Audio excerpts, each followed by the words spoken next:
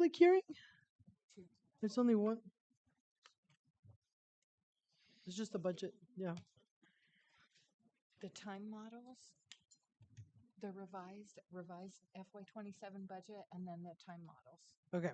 So two public budgets. All right. So, two public hearings. The first one will be held for the purpose of discussion of the revised fiscal year 27 budget.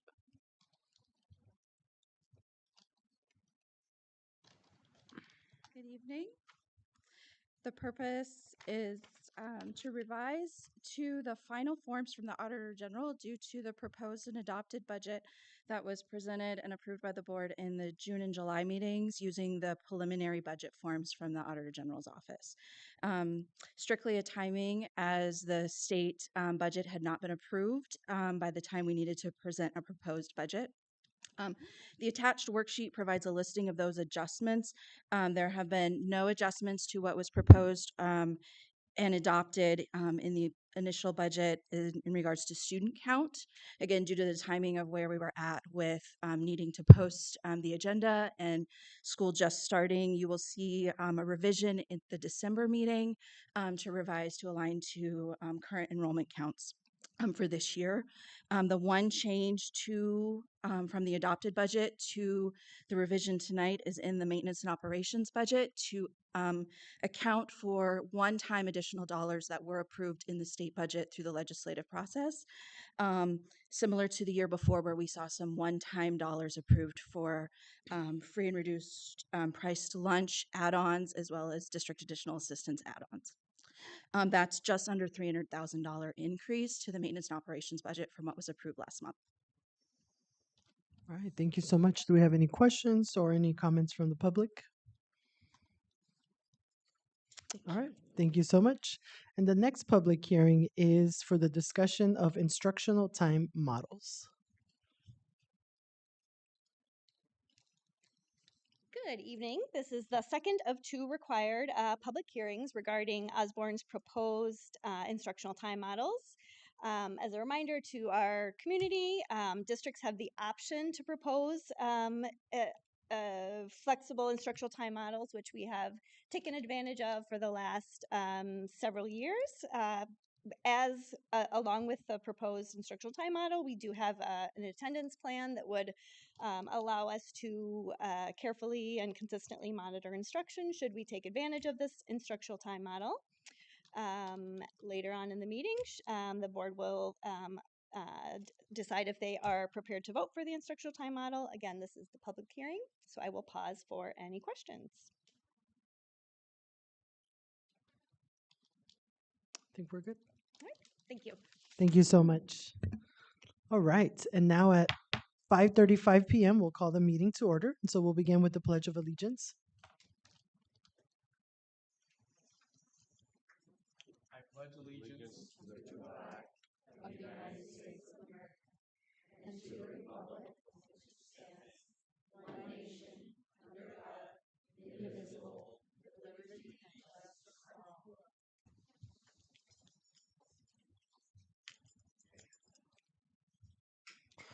All right, thank you. And we'll continue with the land acknowledgement. Arizona is home to 22 tribal nations. Osborne School District is situated on the homelands of the Akimel O'odham and Piapash people. Osborne School District recognizes the original inhabitants of these lands and recognizes they still reside throughout the city of Phoenix. We recognize their wisdom, impact, and generosity towards us. Osborne School District is surrounded by the original Salt River canals that were constructed by the ancestral Sonoran Desert people, the Huhugam. These canals created a livelihood for the people and are still in use today. We acknowledge the modern indigenous people that inhabited this area, as well as their Sonoran Desert ancestors, the Huhugam. All right, and we will continue with our governing board report. So we'll begin with Board Member Blink. All right, thank you, President Ramos. Just a couple of updates from my side. First of all, I was able to attend a couple of the Meet the Teacher nights on July 28th. I visited Longview and Clarendon. Unbelievable events. We saw people greeting everyone as they came in, so much energy from our teachers and staff. So much clear information about what students need, what they can expect on the first day. So major props to our principals and our teachers and staff for hosting those events and doing a phenomenal job. Also attended with I guess just a couple of maybe one other board member, the Montesino ribbon cutting, exceptionally impressive new facility over at Montecito. It's our fastest growing school, clearly an environment that is really exciting for our students and just really encapsulates the spirit of Montecito in that building. So really excited to see that, and it was such a pleasure to participate in that event. One other thing, we get a board packet each month that is about 200 pages and has a lot of information. And we get great updates from our schools about what's happening on site there. We also get an update from teaching and learning department. And just want to shout out a key provision from that report, which is this 2025-2026 school year marks Osborne's highest proficiency rates since before COVID-19. So I think that is a testament to our teachers and staff, 4 percentage points higher in English language arts compared to the year before, and just the start of an outstanding trend that we expect to keep growing. So especially with the adoption of the art curriculum and other things that are really going to help our reading rates, it's just really encouraging to see that. So thanks to everyone for that hard work. Thank you so much, Board Member Thompson. All right. Similar to Board Member Blink, I was able to go to meet the teacher at Clarendon and Montecito and check out the new remodel of Montecito, and it is really nice. It's very impressive. I can't wait to get out to see some of the other additions throughout the district over at Solano and OMS. Really looking forward to seeing those as well. The ribbon cutting there. I was able to attend the Summer ASBO conference, and I saw our own Corey Alexander give a very good presentation about how Osborne is really using a lot of more scratch cooking than a lot of other districts, using local food as well, whether it be the farmers or the ranchers, and that was very impressive. And actually, one of the conference attendees who just has a student in Osborne, doesn't really have a connection other than that, was sitting next to me in the presentation, and he was very impressed by what we are providing at Osborne. And so it's something that if we could get that information out into the public a little more, I know we do a really good job of it, and our Instagram is really good on that, but I still think a lot of parents don't quite know the level of the quality of food that we have in the district. So getting that out was really nice. So it's great that Corey had that opportunity to do that presentation. Thank you so much, Board Member Hermes. Thank you, Madam President. Really appreciate it. Welcome back, Osborne. This is my favorite meeting all year long. I just love it.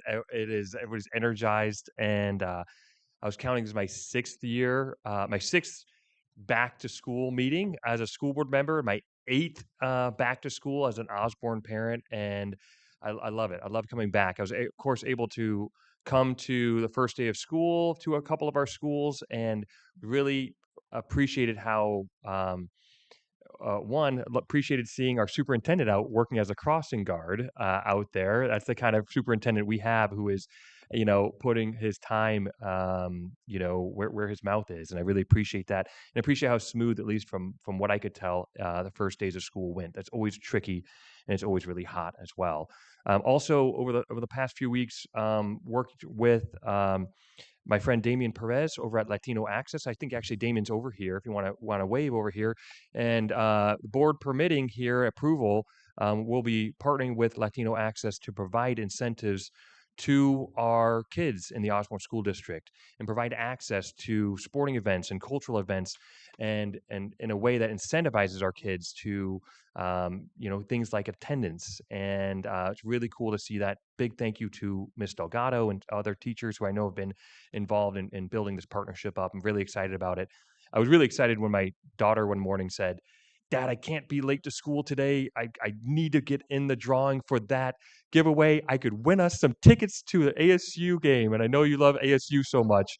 And just to see how excited she was and motivated she was to bring something back to the family and give back. It really is excited about this partnership, board willing that we're entering into with Latino Access. Also, of course, recently attended the Coach D's memorial, and it was just amazing to see the community come together around a very challenging and difficult thing. and but also the desire to continue with Coach D's legacy. And I've been working with the community and folks to do something that Coach D was planning, to follow through on something Coach D was planning, which is to do a bike event for bike safety for our kids on October 4th. So you'll be hearing more about that in the way that we continue to honor Coach D's legacy. Thank you so much, Madam President. Thank you so much, Clerk Ford. Sorry. Yes, Clerk Ford. Thank you, Madam President. Since our last board meeting, which we held in July online, it was pretty sparse in attendance, but what I've been up to since then. So actually, our last board meeting, both Madam President and I were in Los Angeles for the NALEO conference.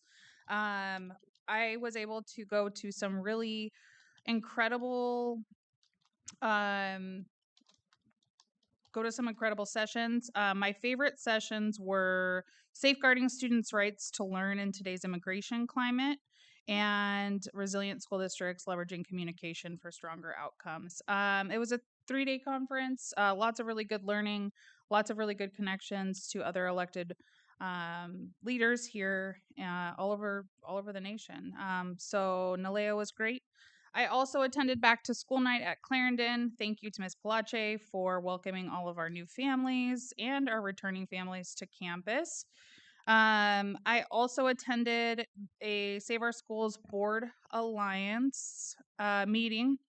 Save Our Schools is a nonprofit organization that has been working to increase funding for our public schools to rein in the ESA vouchers. And so we talked a lot about Prop 212, which until today was supposed to be on the ballot. So Save Our Schools and volunteers from all over Arizona collected 421,000 signatures in 14 weeks. After that, which was way more than they needed to get on the ballot, spent weeks and weeks and weeks in litigation, and the Arizona Supreme Court has struck down Prop 212, which is really devastating. And so that we will not be seeing that on our ballot. So for people who are really upset about the ESA vouchers and feeling like voters in Arizona have been disenfranchised, please, please, please get involved in your local politics. It's really important. Our funding here, what we are able to pay teachers, what the money that we have here in our school district to pay for our building maintenances, for our crossing guards, so our superintendent doesn't have to be a crossing guard. All of that comes from the state legislature. And currently we have a legislature that is not interested in public schools. And so it is so important that we flip our legislature in November. Lots of other bad propositions on the ballot. We'll see which ones make it. In addition to the School Board Alliance, I also had the privilege of touring Solano. I met with Mr. Carranza and leadership over at Solano on the 7th day of school. And let me tell you, amazing things happening at Solano. I had an incredible time. A couple highlights. First was seeing our art curriculum implemented. For those of you who are not aware, we adopted a new curriculum last year called the art curriculum, and we are really excited. And one of the things we're really excited about with this curriculum is that kids actually get books. We're not having kids read off screens. We're not having to do packets and packets of papers, actually getting kids books. And on the 7th day of school, we saw books in hands, which was really cool. Our master teachers had goosebumps and chills. It was just a really cool experience. And then also, this is the first time I've seen the cafeteria since it's been remodeled. So thank you to those of you who worked on those projects. The cafeteria inside Solano looks incredible, very professional, super clean. It looks great. And then the last thing I'm going to talk about is something that I was selected for. I was selected to be part of the National School Board Association Policy Leadership Cohort. So the National School Board Association, we are a member of, Osborne is a member of, and they asked for applicants who would want to do a 6-month program either in educator recruitment and retention or in special education. And I applied. I went to my very first meeting yesterday virtually. There are leaders from all over the United States. There were 400 applicants and they selected 150 school board members, and I was lucky enough to be selected. So I am hoping that my fellow board members will approve the trip I will need to make over to Washington, D.C. in January, which is currently on the consent agenda. But I'll be working with other school board members for the next 6 months on the recruiter, educator recruitment, and retention track. So very excited to see maybe new and innovative ways that we can get teachers here into Osborne, because we know we have a teacher shortage, not only in Arizona, but all throughout the United States. Thank you very much. All right, thank you so much. And congrats on that. That's really amazing to see our school district represented in that way. For me, yeah, so at our last board meeting, we were in Naleo at their annual conference, and where they do have great programming. It's also really great to connect with just leaders, state reps, right? We want to make sure that we are in their ears so that they know what we're advocating for. So it's really great to make those connections. I also thank you so much, Mr. Carranza invited me to welcome the new teachers to our school district. So I was really lucky to be there, give them a little welcoming speech, and just excited the talent that is coming to our district that is here already. And I also attended in July Roosevelt School District's convocation. And so while they invited me as a partner in my full time job, it's really great as a school board member to see what other school districts are. I do believe that every school district has amazing things they are doing. And so, I definitely want us to, steal, borrow, however you want to call it, from each other. So that way, all of us are growing together. And then just want to give a quick update that, as I've mentioned before, this is, or as we've all mentioned, this is Mr. Carranza's first year as a superintendent with us. And him and I have been communicating just about weekly since he started. And it's been really, really great to hear the work that is happening, the plans, that open communication to ensure that staff feel safe, that students have what they need. And while we are facing a lot of things like heat, right? It's really, I've considered myself really blessed to work from home, to not really have to go out in the heat, but I still have to let my dogs out, and I just can't even imagine pickup and all of those things. And so it is something that we are in conversation and want to ensure that we are improving things for everybody. So yeah, with that said, now we are going to move on to our district celebration. So I'll hand it over to Mr. Carranza. Thank you so much. Hello, Osborne. So tonight we celebrate and welcome the newest staff members to our Osborne community. Our mission is to advance the full potential of every child by developing emotional intelligence and academic excellence. And the work is only possible because of the people who choose to serve our students and our families. Our newest educators are joining our district, and our district is grounded in growth, relationships, joy, equity, and integrity. And we're excited about the strength and experience that our new educators bring to our schools and our district. So now I'm going to invite our amazing principals to introduce their new educators to their campus and share a little bit about what makes their school community special. So we are going to go in alphabetical order, and I will invite our Clarendon community to come up here.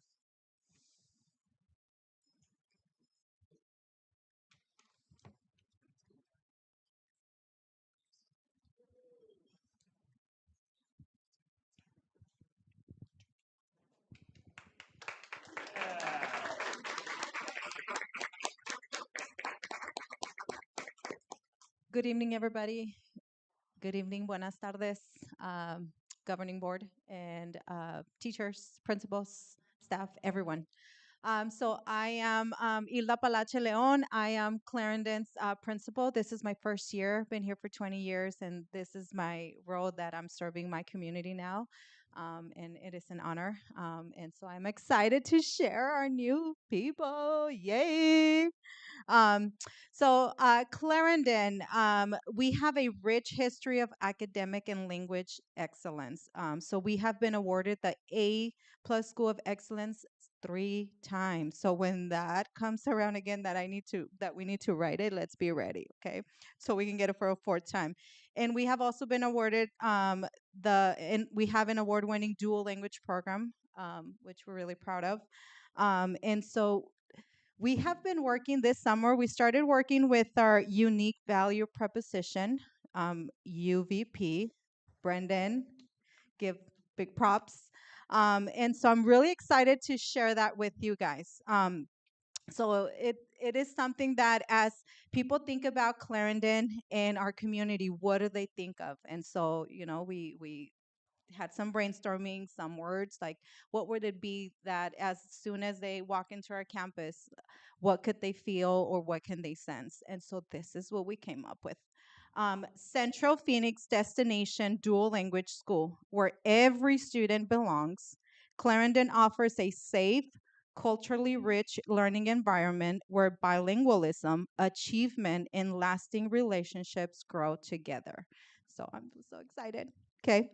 And so, with that, I am going to introduce our new staff members for this year, and then they're going to share one thing that they love about Osborne or Clarendon, or what is one thing that they're really excited about this year. So, I gave them choice. Okay. All right. So, we have our master teacher, Heather Ayers. Good evening. I am really excited to be joining your team. I know some of you since I also serve on the Creighton School Board. I am really excited about becoming a part of Osborne. The thing that I have noticed so far is that everyone is very kind, and that's something that I love about Creighton. And I think that's a testament to your leadership and you as well. That people feel welcome here, and that people show up, and that I feel appreciated for things that I do here. So thank you. Sorry, I'm a newbie here, right? I'm not facing the board. And then next we have, and I didn't mention it, but Heather is joining us from the Isaac School District with 26 years of experience in education. So, okay. And then we have our fourth grade dual language Spanish teacher, Mr. Jonathan Lameda, who couldn't come today, who was formerly a teacher at Arizona Language Prep. So next we have fourth grade dual language English teacher Ashley Odler, and she's a graduate of Brigham Young University. Okay, this is actually my first year ever teaching. So I feel very blessed that I got to start at Osborne. I don't know how that happened, but I'm grateful that it did. Really, my favorite thing about it so far, I know this is basic, but the kids, I got really lucky with my classes this year. The kids are little angels, um, which I hope I can say in the future, but but yeah, I've loved the teamwork that is at Clarendon and just how welcoming and supportive everyone has been my first year. So yeah. Okay, and next we have our fourth grade mainstream teacher, Jennifer Racer, and she comes from the Arizona Teacher Residency Program, ACTR. Hello, thank you. It's my first official year teaching as well. I've done long-term subbing for 10 years in high school and decided it was time to step down and hopefully kinder, gentler. And I have to say, I'm excited because I think this might be the year. No, I'm sorry. I know this is the year that Clarendon's going to become an A school. I feel it. I see that goal. The line's right there, and I want to be part of that. I'm excited. That would just be just an amazing first year goal. So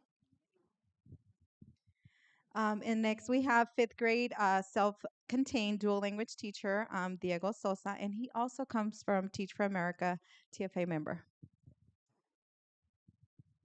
Hello, everyone. Un placer.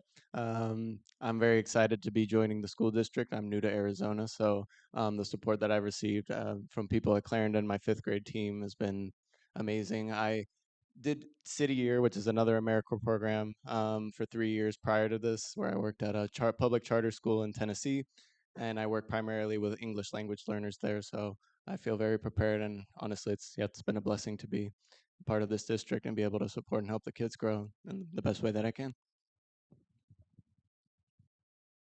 And last but not least, we have Sean Nabella, who is doing fifth grade self-contained mainstream. Yes, and he is also Teach for America.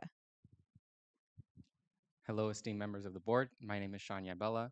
I'm also a member of TFA. This is my second year in education, but will be my first year as a homeroom teacher.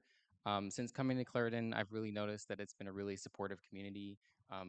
Both my grade level team The support staff, the principal have been super supportive and helping us as we're both navigating the new curriculum and as new teachers. So I'm very excited, and I find it inspiring to be part of that journey to help bring Clarendon to an A school. All right, guys. And Cougar Pride? Roar.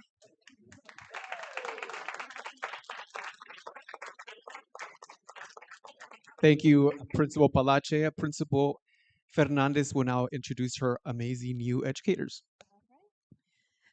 All right, good evening, governing board members and Superintendent Carranza.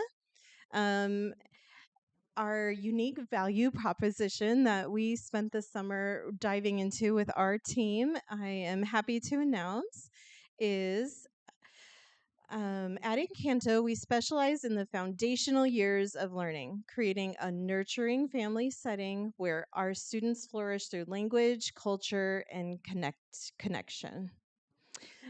This year, we very fittingly in the spring picked a theme for the school year around growth, around blooming, around gardening. And that is very fitting given that we picked this theme and had the passing of our master gardener this year.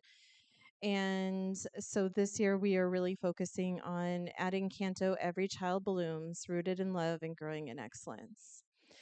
A few of our newest members are not here, but I will introduce them by name. So this year from AZTR, we have Katie June joining us in 3rd grade. We also have David Wegahaupt. He is our new music teacher. Diane Griffin, our new art teacher. And we are so blessed to have all of these individuals on our campus. They really bring such an amazing dynamic to our team. They are so masterful in their craft and doing so much with their students already. And so we're really excited to have them. Our teacher, our new teacher that is here, goes back a long way with me, believe it or not. But this is Amanda Groves, and she is a 2nd grade dual language English teacher. And Amanda, we want to know, what is your favorite thing about Encanto? So I've actually been in Encanto for going on 3 years now. And my favorite thing is that at Encanto, everybody is willing to help. And that's actually true just with Osborne. I feel like every principal, every staff is always willing to help you. And that's like absolutely my favorite thing about Encanto. You. And before I conclude for Encanto, I want to really express my heartfelt gratitude for the tremendous support that we've gotten from the entire Osborne community.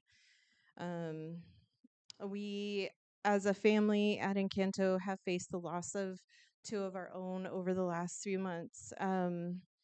We really do feel the incredible love and support from our board, from our district office, from our families, and our staff being there for one another has been profoundly beautiful for me and for all of us at Encanto. So thank you, everyone.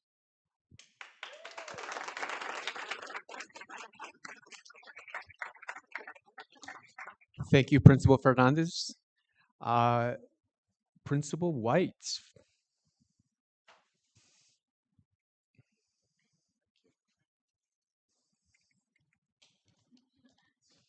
Hey, Brandon, can you throw that? Thank you.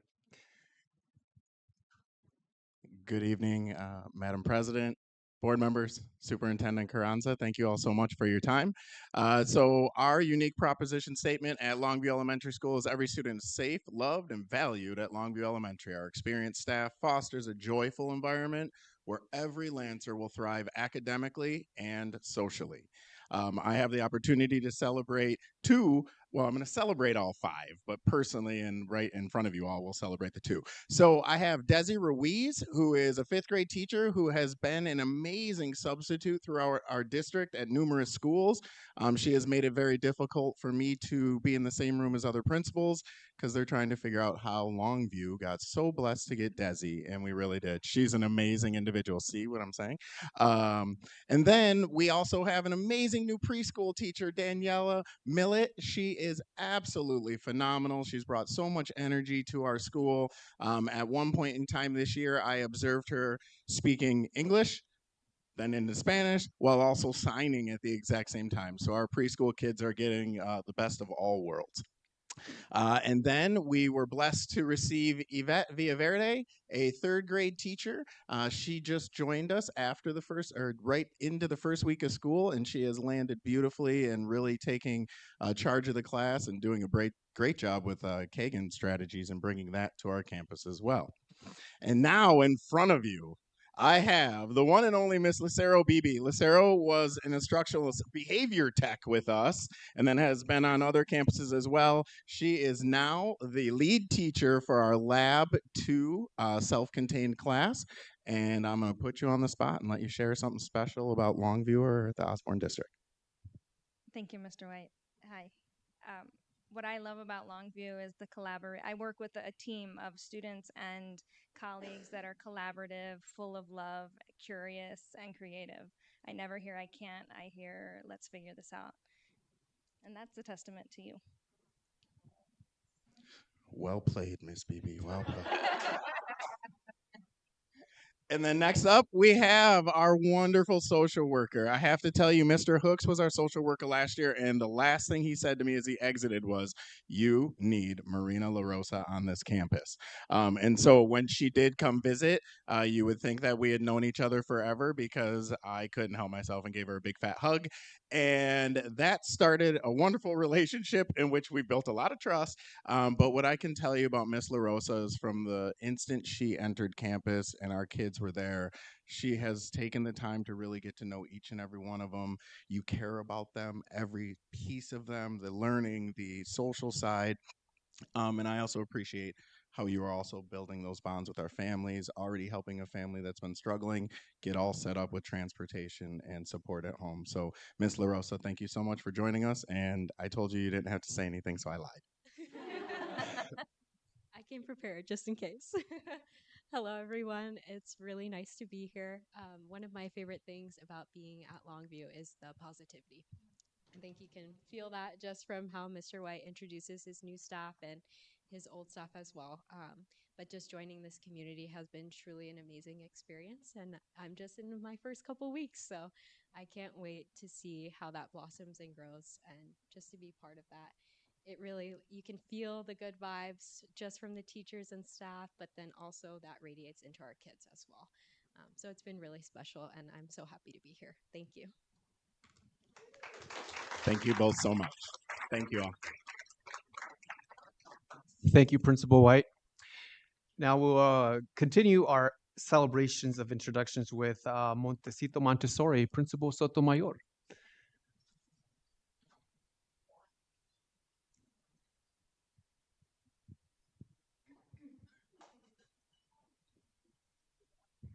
Good evening, President Ramos, members of the board, Mr. Carranza, and Osborne community. Welcome to Montecito Montessori School. Our unique value proposition is we nurture transformation by engaging hearts, minds, and hands in purposeful learning.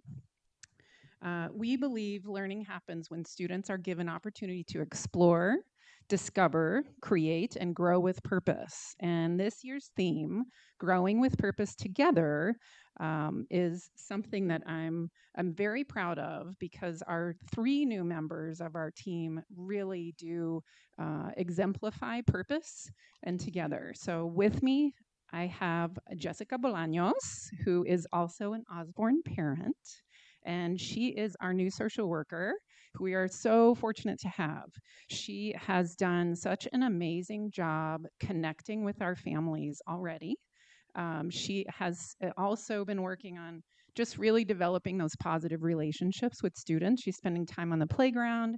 She is just jumping in whenever we need her. She is so adaptable, and she's also a learner.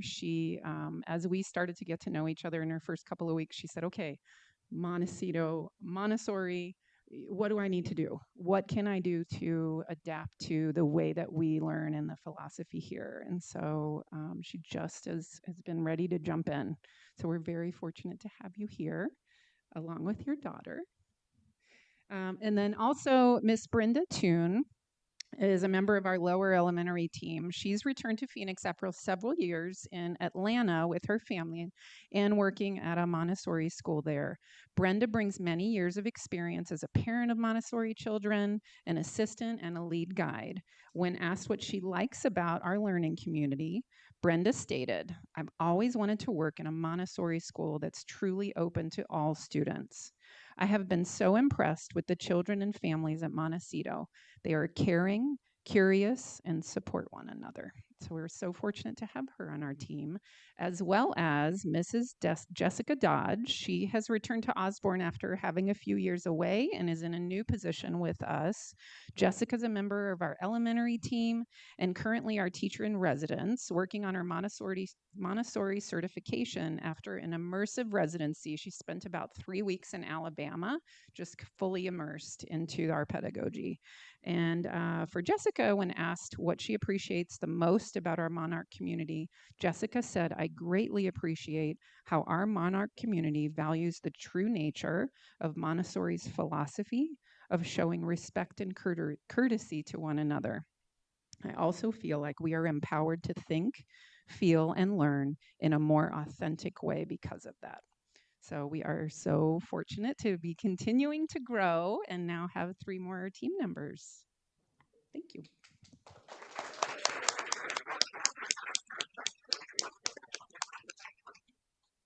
Thank you so much, Principal Sotomayor. We're moving now to Principal Hayes and the Osborne Middle School community. Good evening, members of the governing board, President Ramos, Mr. Carranza. Thank you for welcoming us and welcome to a new school year. We, as Ms. Gomez and I prepared for this school year and to create our value statement, we thought about what we take pride in. We take pride in creating a school community where every student feels that they belong, are valued, and have the opportunity to thrive. Through specialized classrooms and after-school opportunities, we strive to give every child a chance to explore their interests, discover their strengths and talents, participate in activities that bring them joy, and build meaningful relationships. At OMS, we believe every student deserves opportunities to find their place, pursue what they love, and feel connected to their school community. So on our first day of school, during our Welcome Back Assembly, we always talk with the students about taking pride in the school that they came from and celebrating those communities that help shape them. So we celebrate our Encanto Red Runners who lead to our Clarendon Cougars, Montecito Monarchs, Longview Lancers, and Solano Tigers, and celebrate the unique traditions, experiences, and pride that each school brings. We then remind students that while we may come from different schools, we are now coming together as one OMS Firehawk family. We celebrate our individual identities while building a shared sense of belonging, pride, and community as Firehawks. So with all that in mind, Brendan, Allison, and I came up with our unique value proposition of every student has a place at Osborne Middle School. Acceleration and exploration allow every Firehawk to discover their passions and prepare for their future. So we are very excited for this school year, and we do have one new staff member joining us, Miss Kyrie Henderson, who's hit the ground running, helping out just almost like she's been here for years already, and it's been 3 weeks, huh? But Miss Henderson is our social worker, and I'll let you hear from her. Hi, I'm Kyrie Henderson. I am a graduate of ASU. This is my first year, official year, as a school social worker. I did intern at a middle school before, so it's a little less scary than some people seem to think with our middle schoolers. But I just love being a part of this developmental stage. They're figuring out who they are, and I'm glad that I get to be one of those trusted adults to help them along their way. And also with our parents, they're learning to advocate for their kids, and the kids are learning to advocate for themselves. So I'm very blessed to be in the position that I am to be able to aid them in any way that I can. Thank you.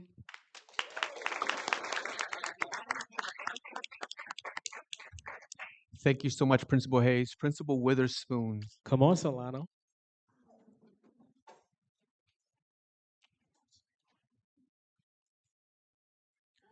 a big train. Come on down, choo choo. Madam President, board members, Superintendent Carranza, Zoo. Nice ring to it, right? Hi, Miss Nye. How are you doing today?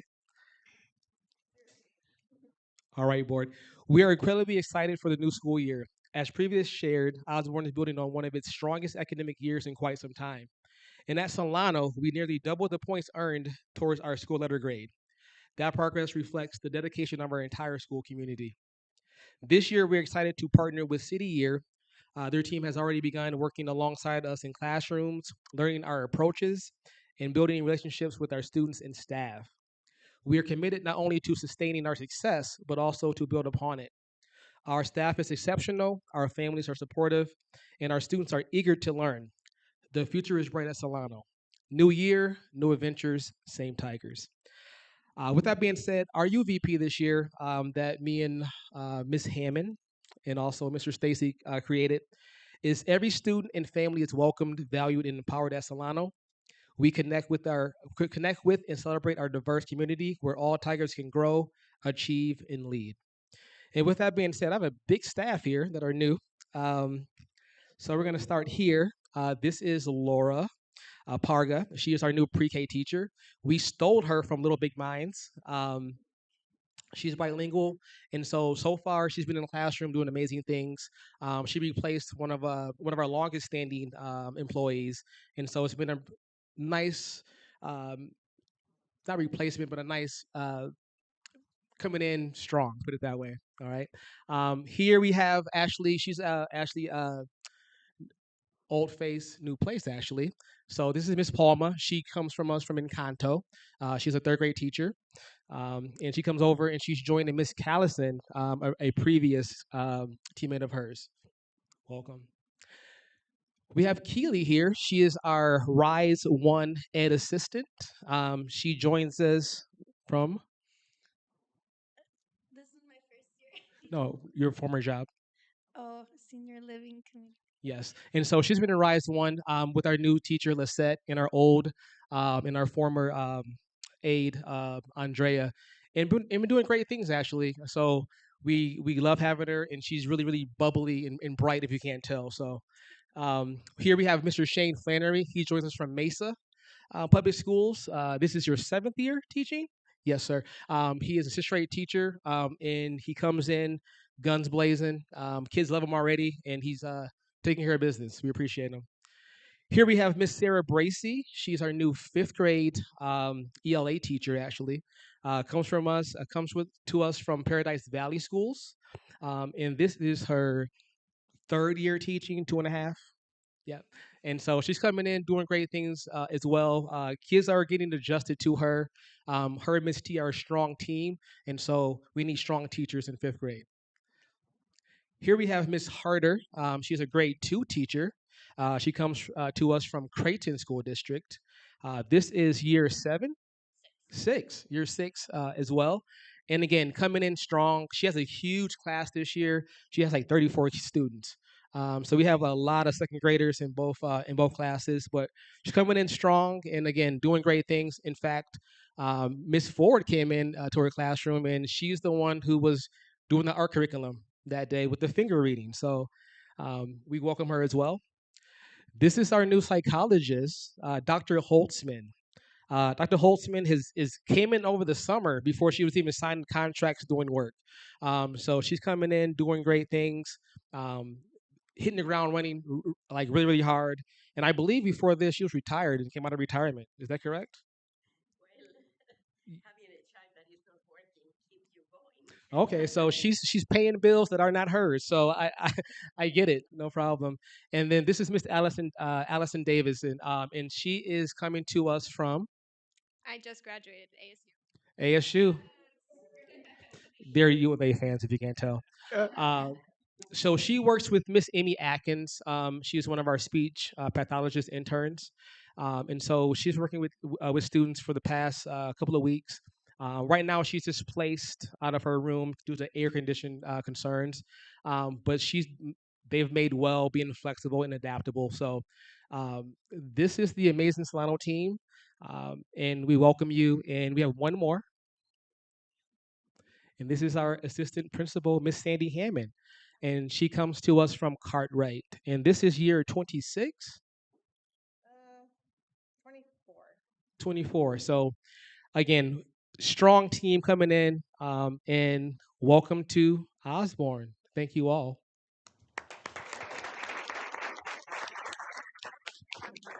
Thank you, Principal Witherspoon. I'd like to invite our Chief Officer of Learning and Equity, Ms. Potter Davis, who is going to introduce some new members to our district team.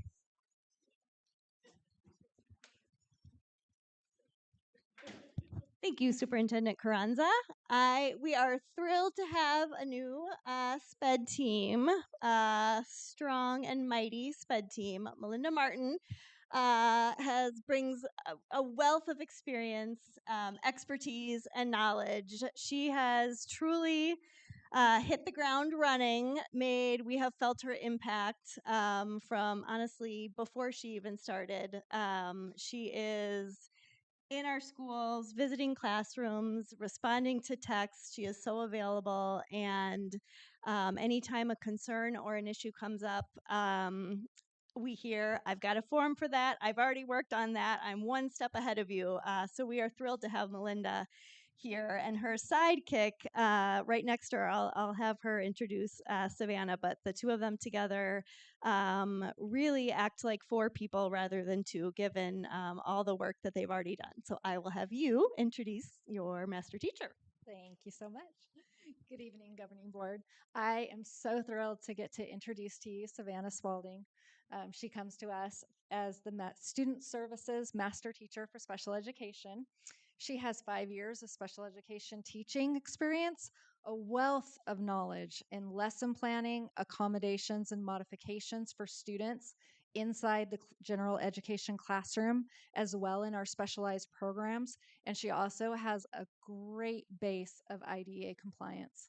We are so thrilled to have her join and support our special education team. And we're just so excited to have her with all of her knowledge and be able to help and support all of our students and schools. So welcome, Savannah.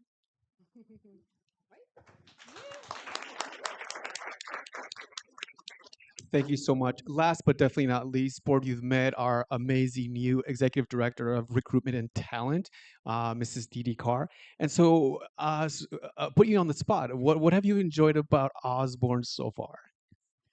Um, Good evening, Governing Board President, Governing Board members, Superintendent Carranza, and audience. I have loved Osborne. Believe it or not, many, many years ago, I worked with Osborne with 21st Century. It was one of my first roles. This is my 29th year in education. And even then, the sense of community, and I felt it when I joined the teams. Every school, every principal, just the welcoming, and then the core values that were here in Osborne. It is represented, and working for a district that has those beliefs really is what I believe in. And I have 5 children. They've all benefited through public education, and I am here to come back and serve the children and serve our community, our teachers, and our staff to make wonderful things happen for them. So I've enjoyed it so much so far. Thank you so much. Well, we're excited to welcome all of you to our Osborne community, and we're very grateful that you chose this district to make a difference. We look forward to the strength, experience, and the joy that you're going to bring to our students, our family, and our community. So thank you so much. All right. Well, it's always a celebration to welcome all of our new teachers and staff to the district. So thank you all. I will be looking at the contracts for the ones that come from ASU. So thank you for just kidding. But we're going to go on a quick recess. So it's 6:20 and let's try to be back by 6:25.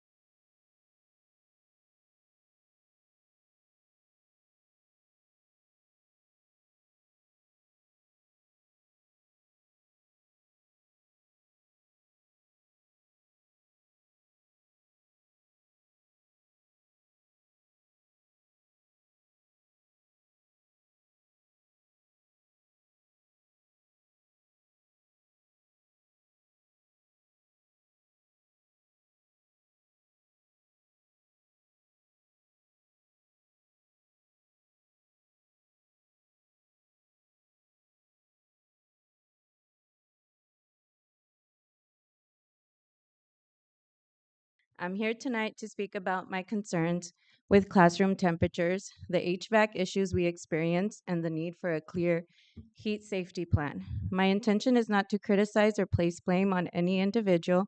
I recognize that HVAC issues can be complicated and that staff work to address the problems. However, I believe the conditions we experienced during the first week of school raise important concerns about student and staff safety, classroom learning conditions, and our response when multiple classrooms are affected simultaneously. When staff returned the Monday before students, many classrooms across the district were experiencing air conditioning problems. At Solano, we had to hold Meet the Teacher Night in the gym because so many classrooms were not adequately cooled. In my classroom, the temperature was between 80 and 84 degrees throughout the day, and this affected my ability to prepare my classroom before students arrived. On Wednesday, I was told the issue had been fixed and my classroom was reading 72 degrees. However, on the first day of school, my classroom still reached approximately 81 degrees. Many staff members were using thermometers to monitor our classrooms, and we were told that as long as a room was at or below 82 degrees, students and staff could remain there. My concern is that being technically below a maximum temperature does not necessarily mean a classroom is an appropriate learning environment.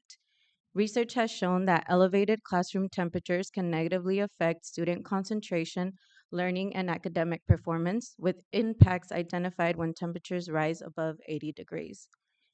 We are in Phoenix, where extreme heat is a significant part of our environment. A classroom at 80 or 81 degrees with more than 20 students and a teacher is very different from an empty room at that temperature. I respectfully ask the board and district to consider 5 things. First, establish classroom temperature guidelines that prioritize learning and safety, not simply a maximum occupancy threshold. Second, review our current practices against research and best practices. Third, provide reliable ways to monitor classroom temperatures. Fourth, establish clear communication about what staff should do when temperatures become a concern. And finally, create a contingency plan for situations where multiple classrooms lose adequate cooling at the same time. I'm bringing this forward because I believe we can learn from what happened and be better prepared next time.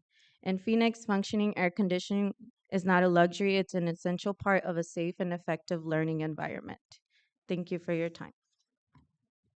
Thank you so much. And now we're going to move to the consent agenda. Do I have a motion? Madam President, I have a motion to pull on the consent agenda item C1 and item D4 for correction. Okay, so can you state your, okay, yeah, do we have a second for that motion? Second. All right, it's been moved and seconded. All those in favor? Aye. Aye. Opposed? All right, hearing none. So C1 and which one? D4. Okay. All right. So C1 is our the minutes from the instructional time models public hearing on July 14th. This is page 20 in the big packet. And this lists former clerk Leanne Greenberg as part of the board that was present, but Miss Greenberg now resides in Michigan. And that should be Mr. Ben Blink. And then for D, I think we motion to pass that with the corrections. Okay. Mhm. So I'll make a motion, or so I move to pass C1 with the stated corrections from Clerk Ford. Do we have a second? Second. It's been moved and seconded. All those in favor? Aye. Aye. Opposed? Hearing none, the motion carries. And now D4.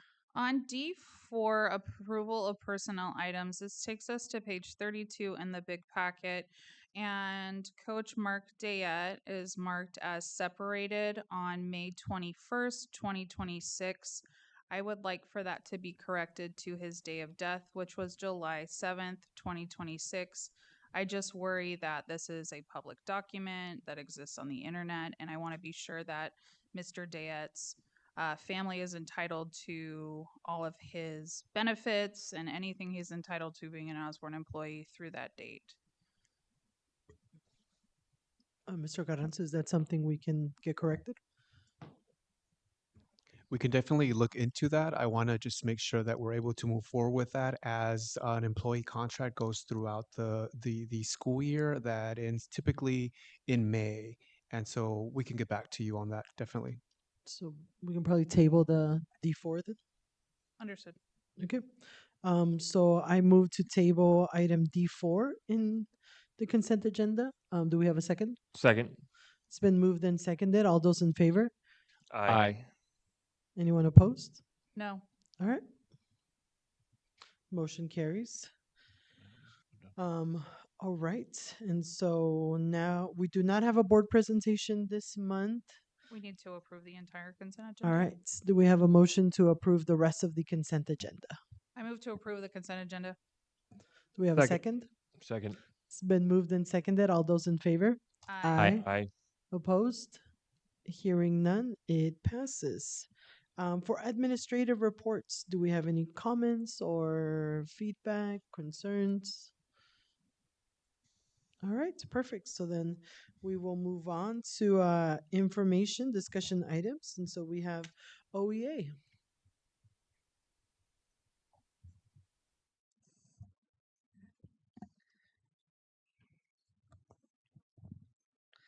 Good evening, President Ramos, members of the Governing Board, and Superintendent Carranza.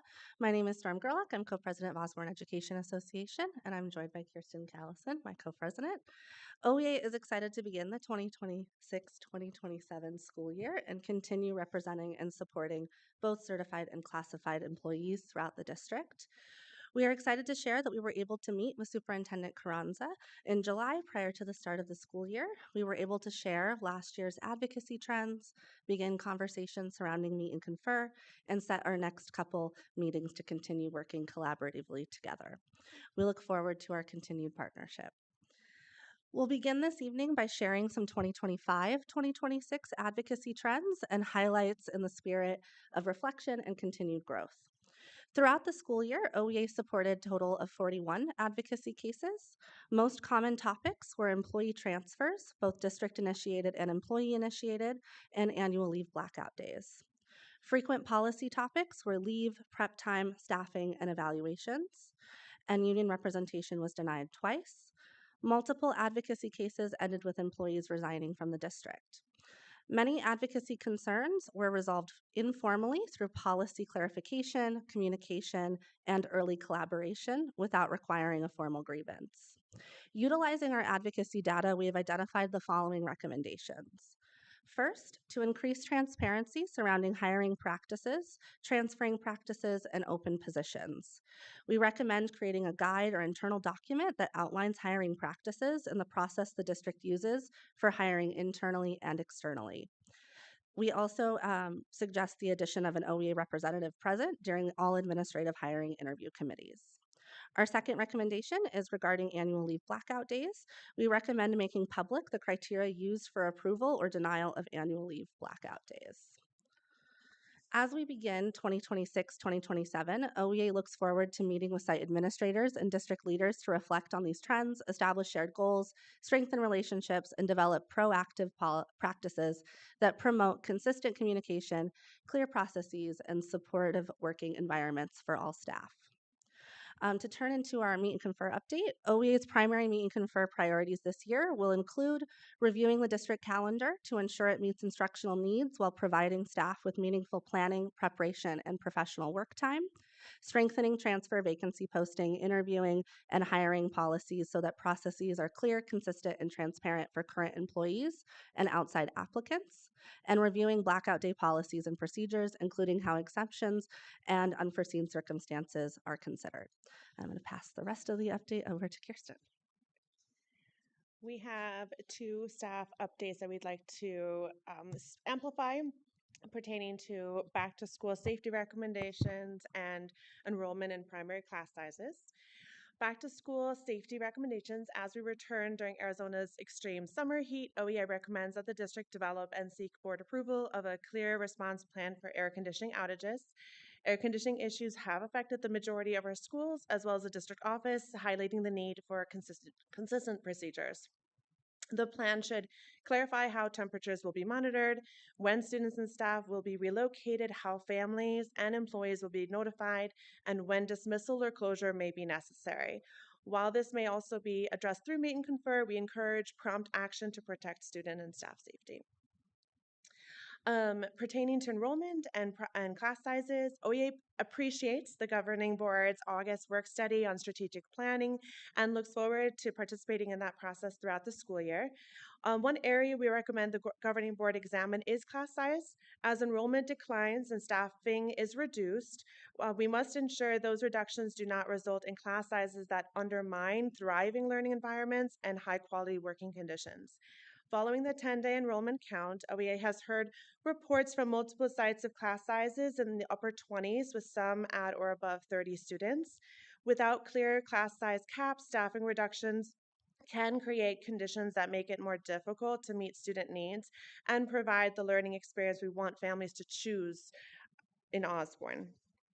As part of strategic planning, OEA encourages the district to establish clear class size caps that protect student and staff while supporting our shared goal of strengthening and growing the Osborne community. And with that, we'll conclude the OEA update. Thank you so much. Thank you. All right, and so now we will move on to our action items. And so our first action item is the approval of the revised fiscal year 27 budget.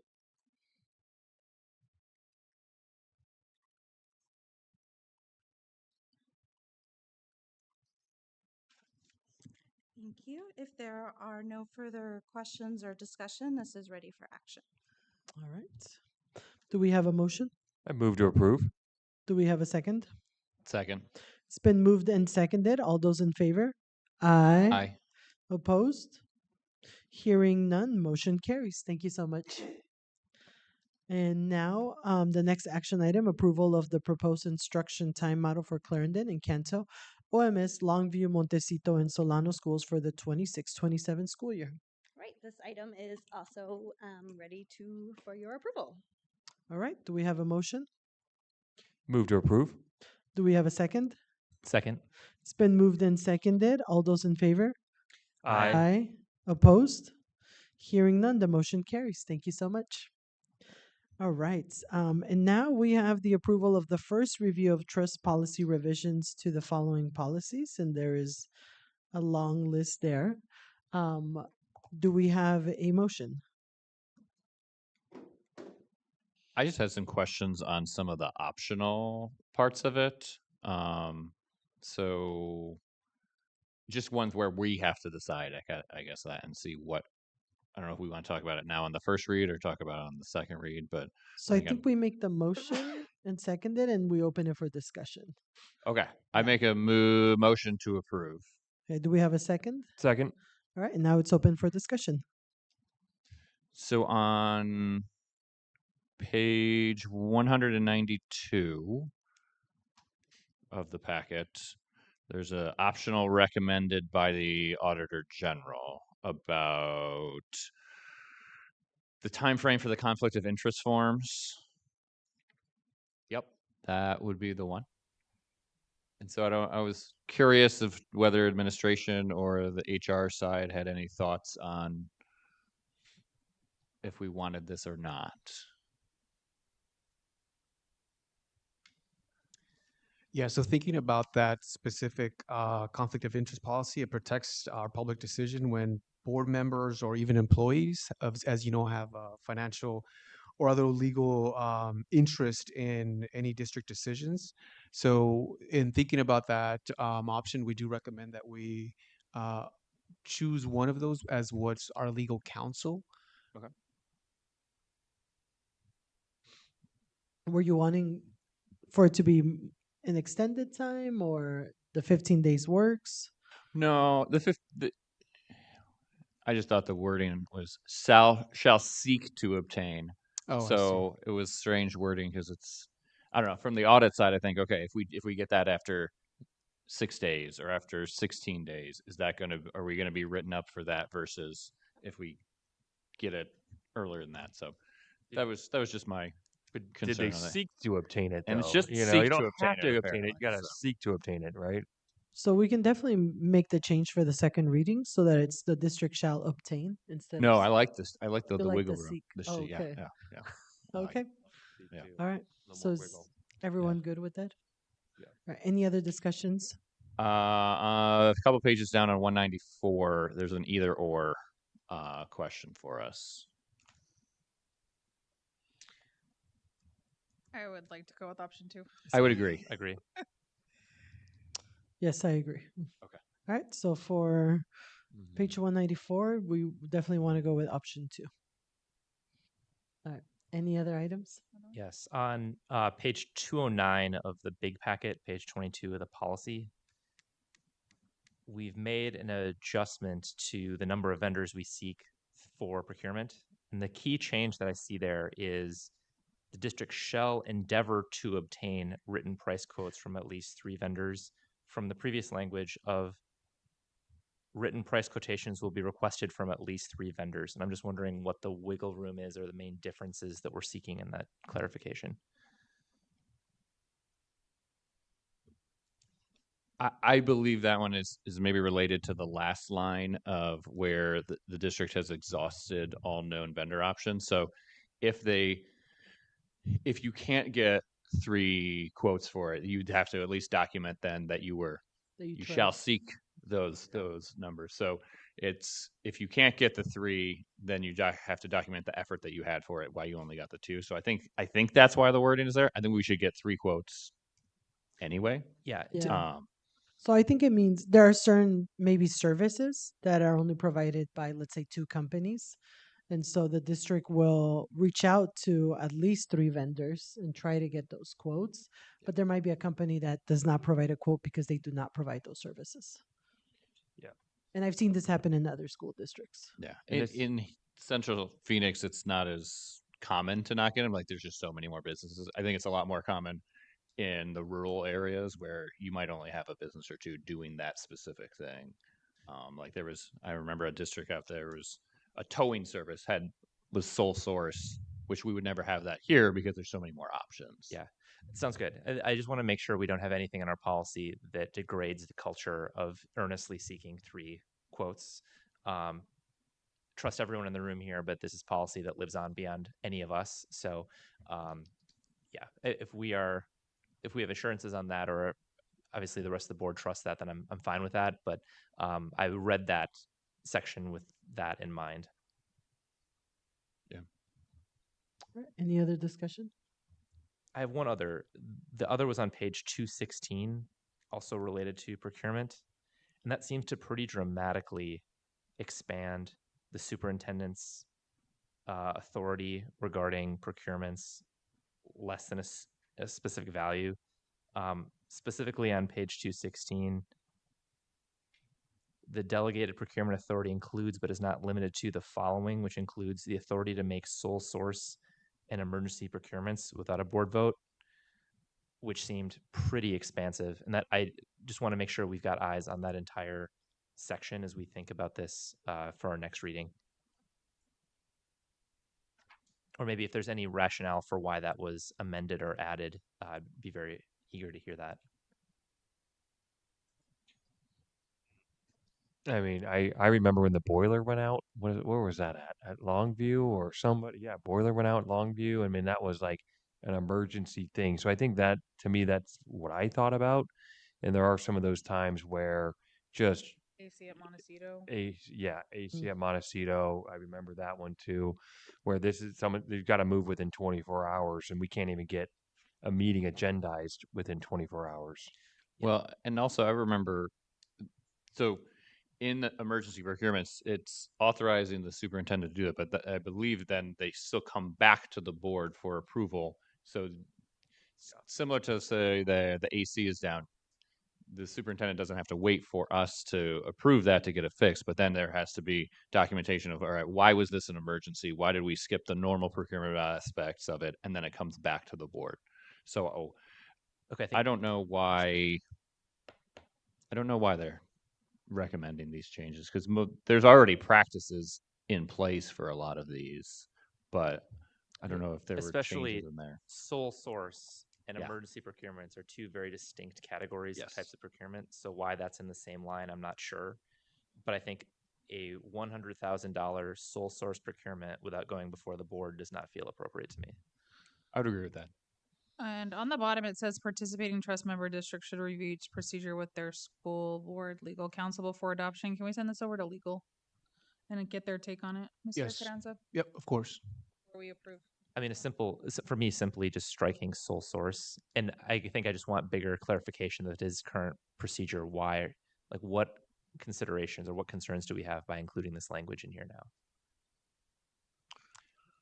Yeah, we could definitely do that. And then kind of coming back to the idea that emergency, what does it mean that we will bypass some of our procedures with procurement? But we can bring this to council and then get back to you. Yeah. Perfect. Any other items up for discussion on this long list? All right, it's been motioned. It's been moved and seconded. So all those in favor? Aye. Aye. Opposed? Hearing none, the motion carries. And our last action item is the special education handbook. Good evening again, Board President Ramos. Good stuff. I'm short. Board members, Superintendent Carranza, administration and community members. The Student Services Department requests governing board approval for the 26-27 Student Services Staff Handbook. This handbook was reviewed and created by myself, the Director of Student Services, and it will be included in the special education audit as required by the Arizona Department of Education. The Student Services Handbook was designed following the guidance of ADE and includes all required audit components. This book has been pre-audited by ADE and is considered to be like they want to use it as a state model. So any questions? Oh, thank you for jumping right in. Yeah, no questions. But this, I mean, as I was looking at it, it looks great. So thank you so much. Thank you. Okay. Do we have a motion? I move to approve the special education handbook. Perfect. Do we have a second? Second. It's been moved and seconded. All those in favor? Aye. Opposed? Hearing none, the motion carries. Thank you so much. All right. And with that, we currently do not have any board development, but it is something that Mr. Carranza and I are talking about. So welcome any ideas that the board might have. Feel free to send them our way. And so we'll get started with future agenda items. Board Member Blink. No future agenda items. I guess besides the ones that have been brought up today, I think certainly the heat mitigation for our classrooms and the AC outage is something that I would love to hear more about. And just very excited for our board retreat on September 18th. We'll be diving into our strategic plan and our district-wide goals moving forward. Perfect. Board Member Thompson. None at this time. Thank you. Board Member Hermes. Two, Madam President. One, would like to do a deep dive into the most recent enrollment numbers. In terms of, I know we've gotten some preliminary numbers, but I think deep dives in order. Where are we growing? Where are we not? Where is that happening? And so we can do a real deep dive to understand those trends and those numbers in our district, across our schools, across grades, and things like that. And then second, I know I mentioned this last time, but it's worth mentioning how urgent it is. Agenda item: developing a comprehensive policy for heat mitigation and safety. It's been brought up the last meeting, brought up today a few times, and how we can keep our people safe. Thank you. Clerk Ford. Nothing from me. Thank you, Madam President. All right. Thank you so much. And nothing from me at this time. And so we now adjourn at 6:54 p.m. Thank you, everyone.